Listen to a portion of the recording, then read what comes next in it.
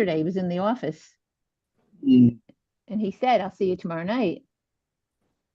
I'm just waiting for the YouTube to set up. The holiday, everybody's off today.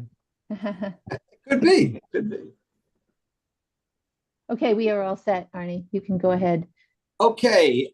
Good evening, everyone, and welcome to the February 21st, 2024 meeting of the Danbury Planning Commission. We'll open with the roll call. Mr. Chiocchio. Here. Ms. Hossetter is absent at the moment. Mr. Sylvain. Here. Mr. Haas is absent. Cheryl Wallace Smith, our new alternate. I don't know if she's been sworn in yet. We'll call her absent. And Chairman Finaldi is here. So I will not seat any alternates at this time. The first item on our agenda is the acceptance of the minutes, February 7th, 2024, which were distributed. Actually, before I do that, let me do the virtual intro. Jim, I still think we should do the virtual intro. Should we? Yeah. The Yeah. Zoom intro? Because then it's there, it's there for anybody who watches or whatever. Okay. Yes. This meeting of the Danbury Planning Commission is being held on Zoom as a virtual meeting. Even though this meeting is a virtual meeting, members of the public and interested parties continue to have the opportunity to participate in the meeting in a couple of different ways. You can participate via Zoom and see the audio and the video, or you can call in by phone and participate via audio only. Please be aware that we may have to mute your microphone or telephone to avoid an echo or some other background noise. Instructions on how to participate in the meeting appear on the City of Danbury website, and all of the documents and materials that apply to the matters to be discussed during this meeting, including the agenda, are also available on the City of Danbury website. As always, if you have any questions regarding how to participate in the meeting, please contact the City of Danbury Planning and Zoning Department. As a reminder, the entire meeting will be posted on and can be seen on the City of Danbury website. We will follow the posted agenda as per standard practice. If prior to the meeting, any questions or comments on agenda items were submitted via email to the Planning and Zoning Department, those comments will be read during the appropriate portion of the meeting. Finally, please remember that technology glitches sometimes do occur. Please be patient if that happens. Okay. Looking back at the agenda, the first item is acceptance of the minutes of February 7th, 2024. Unless there's any comments or corrections, I will entertain a motion to accept those minutes. I'll make a motion to accept those minutes. Second. Motion made and seconded to accept the minutes of the February 7th, 2024 meeting. Is there any discussion? Hearing none. All in favor, please say aye. Aye. Opposed? The minutes are accepted. Let the record show that the next regular meeting of the Danbury Planning Commission will be held on March 6th, 2024. We have no new public hearings this evening, so we'll go right to our continuation of public hearing item 1. Guy and Roberta Montanari, property owners, application for special exception site plan approval for 1, petroleum distribution, section 6B 2B6, 2, petroleum storage, section 6B 5B1, and 3, business office, section 6B 2A4, for Casey Energy applicant in the IG-80 zone, 82 Payne Road, M12008, special exception number 797. I believe everyone has received an email from Ally. I believe it was yesterday, in fact, February 20th, with some additional documents, but also indicating that there will be no testimony at tonight's meeting on this particular application. And I believe there was also a letter from Attorney Tom Beecher asking for, granting us an extension till March 6th. So unless there's any comments or discussion on this matter, I will entertain a motion to continue until March 6th. So moved. Second. Motion made and seconded to continue this matter till March 6th. Is there any discussion? All in favor, please say aye. Aye. Aye. Opposed? This matter will be moved to March 6th. Excuse me. Kevin says 2 minutes and Helen hasn't answered me yet. I'm waiting. So Okay. Kevin says he'll be on in 2 minutes. All right. So what we'll do then, as Jen mentioned, we're going to move around a little bit on the agenda. We're going to leapfrog over old business for discussion and possible action and go to the referrals. Commission members, I think you did receive a distribution, or actually information on the 2 referrals. Jen, are you going to do the referrals? I am, Mr. Chairman. Thank you. Okay, why don't we go to the first one? Under referrals, so it's an 824, January 2024 City Council Agenda Item 6, conveyance to city for roadway improvements 1 and 15 Marybrook Road, G18007 and G18016. Jennifer. Thank you, Mr. Chairman. So, City Council received a request from Attorney Megan Miles on behalf of Pioneer Realty to accept a parcel of land on Wallingford Road for roadway improvements. If you recall, this is the Mercedes development on the corner of Marybrook, Sugar Hollow, and Wallingford Road. As part of that special exception approval, there was a conveyance of property along Wallingford for future roadway improvements for widening through there. So this is that request. It totals approximately 1,513 square feet. Again, it was a condition of the approval that parcel be conveyed to the city. Staff has no objections to the issuance of a positive referral. Standard condition, all final plans and comments should be approved as to form and content by the Office of Corporation Counsel and DPW prior to acceptance and recording on the land records. Any questions? Any questions for Jen on the matter of 1 and 15 Marybrook Road? Hearing none, I will entertain a motion for a positive referral. Mr. Chairman, I'll make a motion for a positive referral. Thank you, Mr. Kiokio. Second, Mr. Sylvain. Second. Is there any further discussion? All in favor, please say aye. Aye. Opposed? I will just comment, and Mr. Kiokio will back me up on this because we both worked at Lee Farm Corporate Park for many years. That gleaming, beautiful Mercedes-Benz dealer is replacing that bombed out or Danbury topsoil, that building with it really looked like, the Battle of Stalingrad over there for the 15 years I drove by it, and now it looks really good. So Yeah. just thought I I'd throw drove that. by there. I drove by there today, actually, and the building's almost done there, and it's pretty impressive. Oh yeah, no, Very it nice. really is. A lot better than Danbury topsoil. How about that? Thanks, Megan. That's right. Excuse me, And, Mr. I do Megan Chairman, miss the just- Kevin is sign. on now. Sorry, I was gonna say Megan just popped up, so she Yep. gave us a thumbs Thumbs up. Got it. And Kevin is here. Yeah, Arnie, I'm here. Okay, let the record show, going back to the roll call, that Mr. Haas has joined the meeting at 7:42 p.m. Welcome, Kevin. Thank you. Okay, let's get the second referral done. Let's keep it in sequence as much as we can. The second item, 824 referral, February 2024 City Council Agenda Item number 7. Hold on a minute. Who just joined and left? I'm sorry, did somebody join and leave? Megan left. Megan did. Megan Miles. Megan left. Miles. Oh, okay. She's the attorney. Oh, that's right. Okay, I'm sorry. So Yep. we took, okay, I got it. Sorry, my bad. It's okay.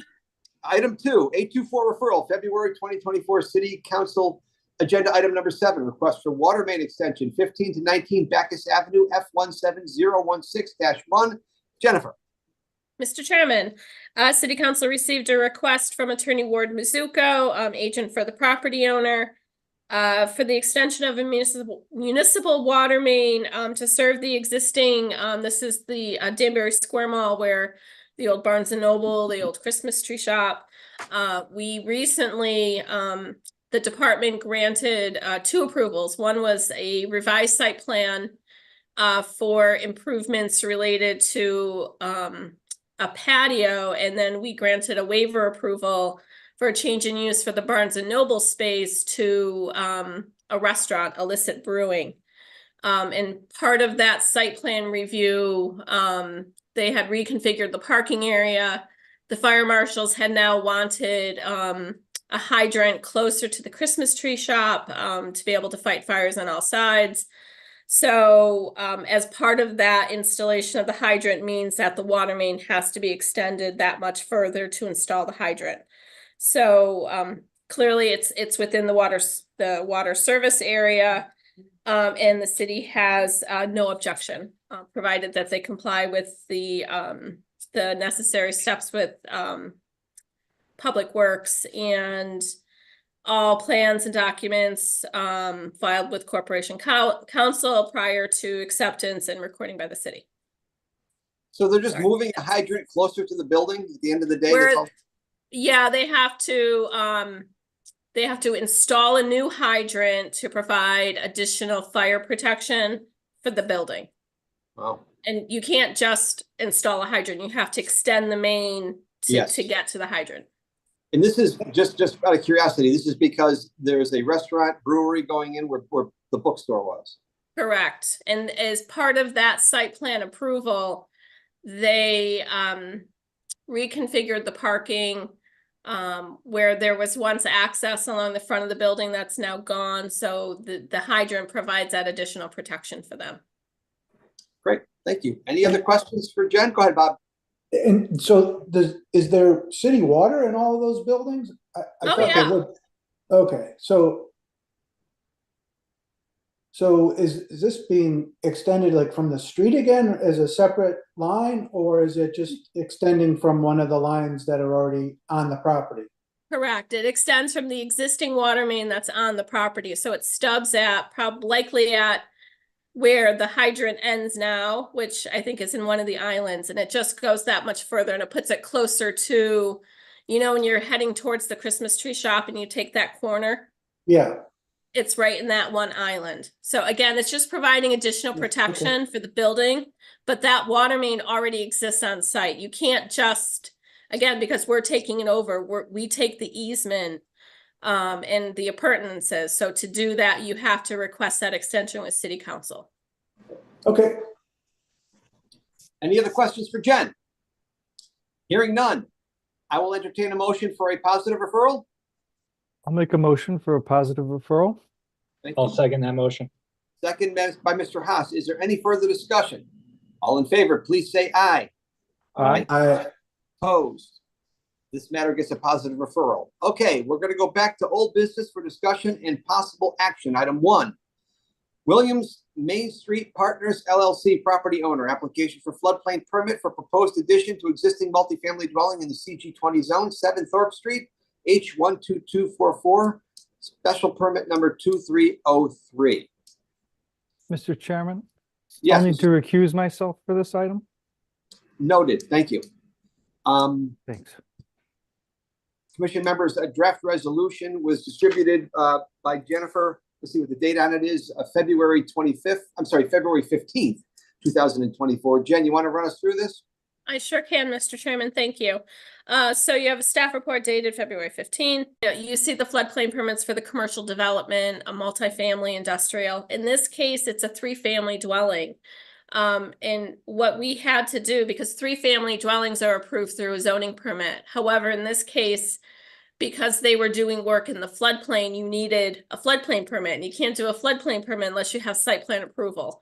So it was a bit of a process to get to this point. So the applicant had to go in for a zoning permit, so the zoning enforcement officer could say that it complied with zoning and they could get their permit, but it was conditioned on obtaining floodplain permit. So, but before the floodplain permit, we had to approve the site plan approval, which was basically improvement of the grading and the storm drainage and the cut and fill that resulted in the floodplain. So this location, I don't know, it's on Thorpe Street. Do you remember it used to be Carland on the corner? Carland. Oh, sure. Yep. Yeah, Carland Upper Body. Yeah, sure. Yep, and then there's the is it Novellas, Joe? Yes, That's Scrapyard, right? Scrapyard. yep. Yeah, it's an interesting neighborhood. There's a mix of, and it's CG20, shockingly. You have a mix of multifamily through there, and you've got the scrapyard right next to it. But the property owner at 7 Thorpe Street owned two parcels. It was a 2-family. He'd like to, you know, renovate it and construct a 3-family, but to do that, he had to get a variance because it was an expansion of a non-conforming use. So before he came for the zoning permit and the site plan, he also got a variance to allow for that expansion of the non-conforming use. So this is going to be for a 3-family. So the additions are happening in the back of the property, and I can show you. Joe, can you let me share my screen?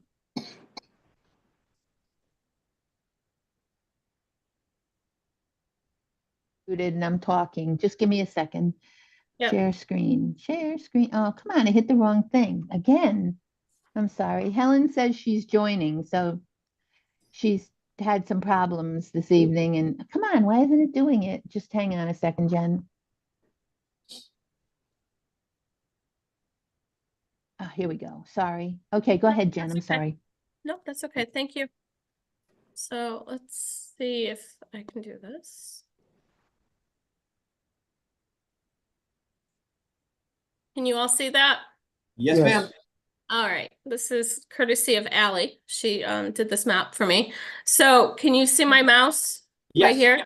Okay, so this property and this property, and you'll see this is the Cohanza Brook right in the back of the property. This is the Old Deeps, Seatown right here. This entire area is actually in the floodplain, the whole thing. I can tell you, Ally and I went out the last big storm and it didn't look like it was inundated like I thought it would be. So this blue signifies the floodplain. This is the floodway, which they're not in the floodway. When we'd gone out, it was the middle of January, the brook, it had either receded or it didn't overflow its bank. So it wasn't clear at that point, but it didn't look like the street was flooded. It certainly wasn't closed like we'd seen other streets. So Mike Mizuko prepared the plan. You can see here the Cohanza Brook is right here. This dashed line right here, this is the base flood elevation that we know at 389. So even the street is below the base flood elevation. It's how it exists. It's existed that way for a really long time. So Mike's plan, I'm gonna zoom in here a little bit. You can see some of the parking right through here. These are the galleries he's proposing. And the addition, so you see these little boxes right here. The addition is up on piers, which, you know how I always talk about cut and fill. If you fill, you have to compensate for that fill. In this case, they've provided these piers, so they're not actually filling. The water will go underneath. It's like cantilevered.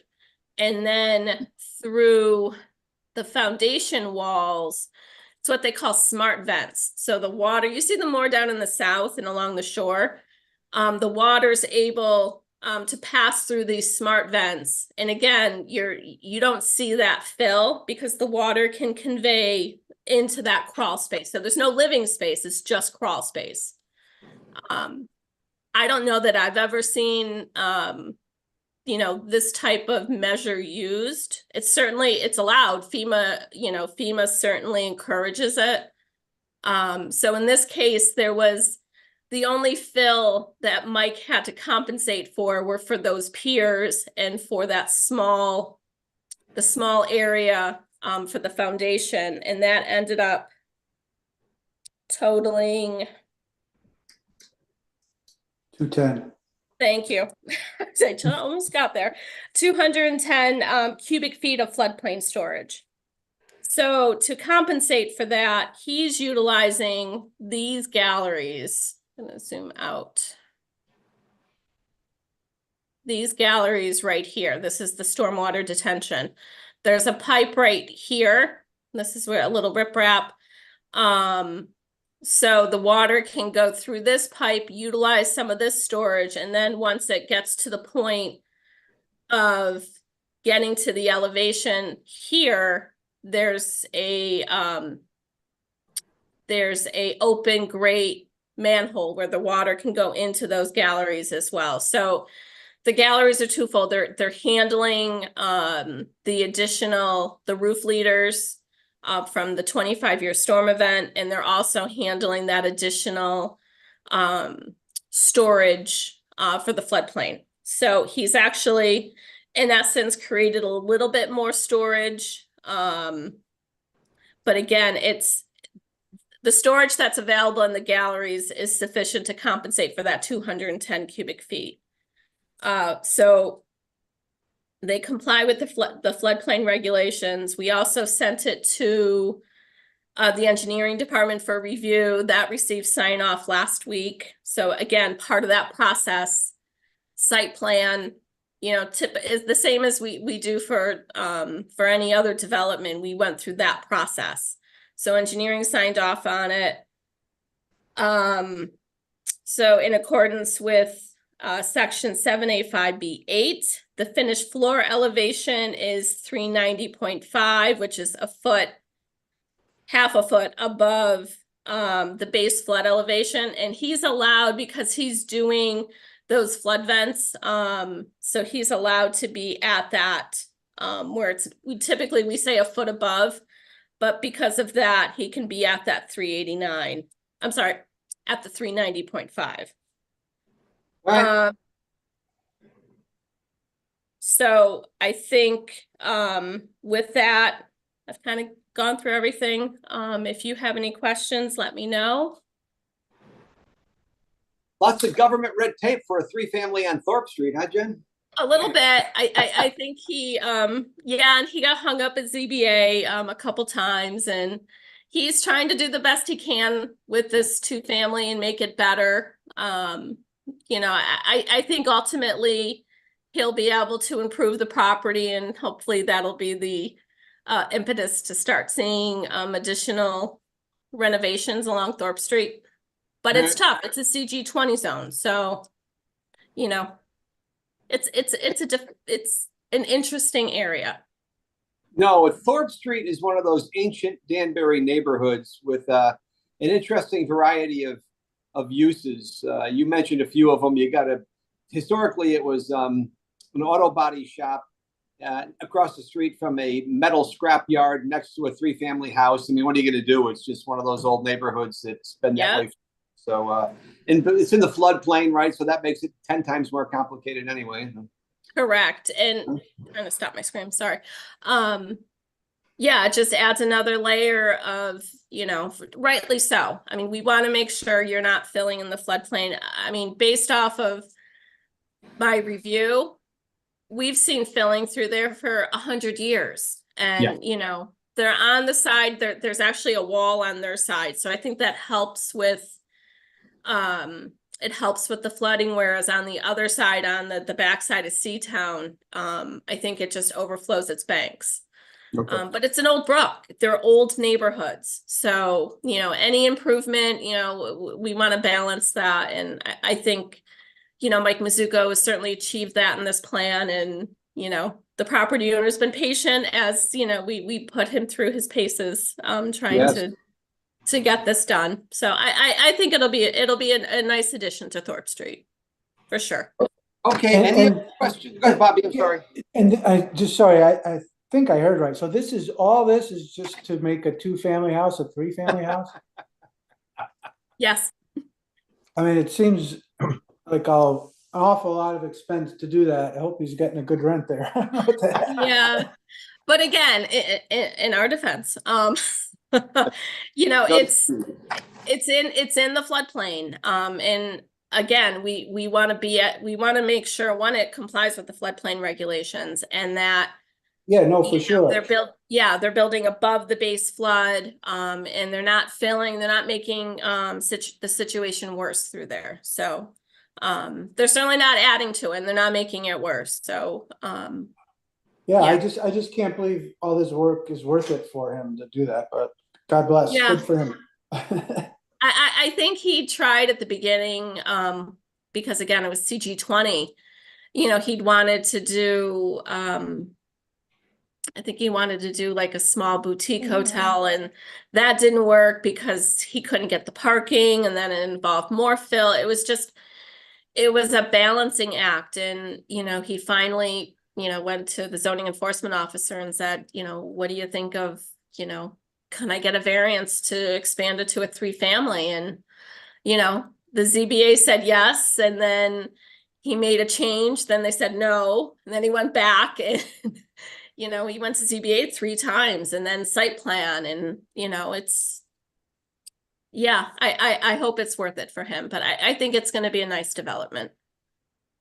We wanted to do a mini hotel on Thorpe Street. Honestly, Yeah. What? I can see that one on TripAdvisor, huh? A beautiful view of Novella's scrapyard. All right, enough. Okay, I'm sorry. All right, I think we've talked about this one. Any other questions for Jen on the matter of Williams Main Street Partners LLC? And if not, we've all had the draft resolution. Unless there's any other discussion, I'll entertain a motion on that draft resolution. Mr. Oh, Helen, Chairman. let the record show. Chairman, Helen. Helen's gonna tell you Helen's My here. apologies for being late. I'm not in the space I'm usually in, and I've had some problems getting on, technical problems. We just got them settled. So I apologize, and because I, missed a lot of the Jen's presentation, I'd like to recuse myself from this vote, as I think we have it covered, so. Yes, we Yeah. do, Helen, and welcome. And I'm sorry I did not acknowledge you joining. So She can, Sorry. I'm sorry, Mr. Chairman, she can abstain. She doesn't have to recuse herself. She can just Understood. abstain. Oh, Understood. thank you, Okay. thank you, yeah. Okay, with that said, do I hear a motion? I'll make a motion for a positive referral. It's not a referral, it's Oh, actually. sorry. Approval. I think the mo- yeah, I To was looking at the approve wrong the one. draft I'll resolution. make a motion for approval. Okay, motion made. Do I hear a second? I second that motion. Thank you, Mr. Haas. Motion made and seconded to approve the draft resolution. Any discussion? Hearing none, all in favor, please say aye. Aye. Opposed? It's gonna be interesting to go over there and see a house up on piers, huh, Jen?